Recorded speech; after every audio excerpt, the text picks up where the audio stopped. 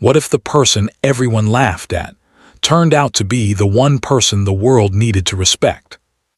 The camera pans across a bustling office cafeteria, laughter echoing, glasses clinking, whispers darting between colleagues.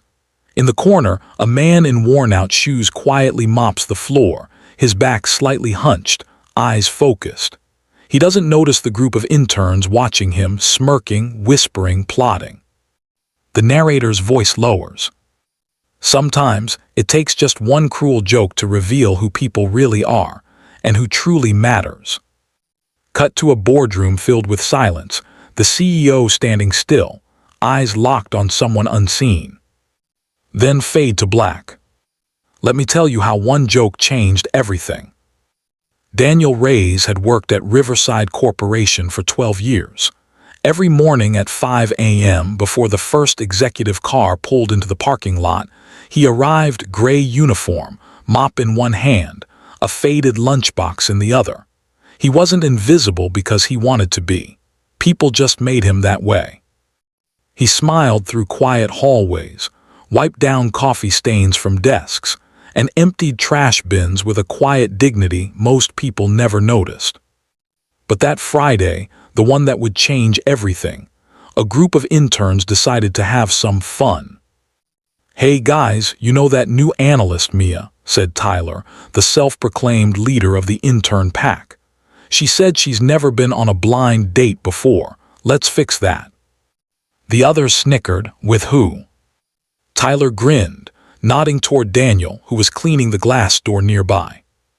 "The janitor." Mia, who was kind but often too shy to speak up, blushed immediately. "That's not funny, Tyler, don't." "Oh, come on, it's just a joke. He'll probably enjoy a fancy dinner for once."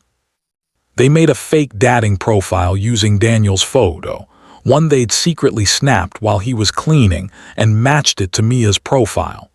The date was set for Saturday night at Le Jardin, one of the city's most expensive restaurants. Daniel received a message on his old flip phone, a kind woman named Mia asking to meet him for dinner. The text was polite, respectful. Daniel hadn't been asked out in over a decade since his wife passed away from cancer. His daughter, Lily, now 14, had been encouraging him to get out more. "Dad, you should go," Lily said, smiling as she fixed his tie. "You deserve a night that's about you." So Daniel went. Nervous, hopeful, his shoes shined, his one good jacket pressed. But when he arrived, all he saw were flashing phone cameras, whispering laughter. And Mia sitting frozen, eyes wide as she realized what had been done. Tyler and the interns were in the corner, pretending to drink wine, waiting to see the janitor's reaction. Daniel stood by the table, holding a small box of chocolates he'd bought on the way. When the laughter began, something inside him cracked, but he didn't lash out. He simply placed the chocolates on the table, bowed slightly, and said, "I hope you all have a nice evening." He turned and walked out, shoulders squared, eyes glistening under the chandelier light. Mia ran after him, calling his name, but he was already gone. That night, she couldn't sleep. The sound of that laughter echoed in her mind, mixed with the image of a kind man who didn't deserve to be humiliated. The next morning, she went to HR and reported everything. Monday morning at Riverside felt different. Word had spread about what happened. The janitor joke had leaked onto social media through one of the interns' stories. The comments weren't kind to the company. Mia sat outside the CEO's office, nervous. Inside, the CEO, Evelyn Grant, was staring at the photo of Daniel circulating online, not because she was angry at the interns, but because she recognized him. When everyone gathered in the conference room, Evelyn entered, sharp and calm. Her voice carried like thunder through still air. "I called this meeting," she said, "to discuss something that happened under our roof, something disgraceful." The interns shifted uncomfortably. Tyler tried to speak, but Evelyn raised her hand. "I want to start with a story," she said. 15 years ago, when this company was struggling to stay alive, a man named Daniel Reyes was a maintenance worker here. But during a fire that broke out in the old East Wing, he carried 2 of our engineers out before the fire department even arrived. He was hospitalized for smoke inhalation, but when he recovered, he refused any reward. He just asked to keep his job. The room was dead silent. "That man," she continued, her eyes cold as stone, "is the same Daniel Reyes you mocked. The same man who comes in early so your offices are clean when you arrive. The same man who saved this company, literally and morally, more than once." She turned to the interns. "You thought it was a joke. You forgot that respect isn't about a job title, it's about character, and Daniel Reyes has more of it than anyone in this room." One by one, the interns lowered their heads. Tyler was trembling, his arrogance shattered. Mia was crying softly.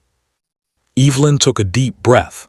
Effective immediately, the interns involved in this act are terminated. And as for Mr. Reyes, I've decided to make something right. A few minutes later, Daniel was called into the room. He looked nervous, clutching his cap in his hand.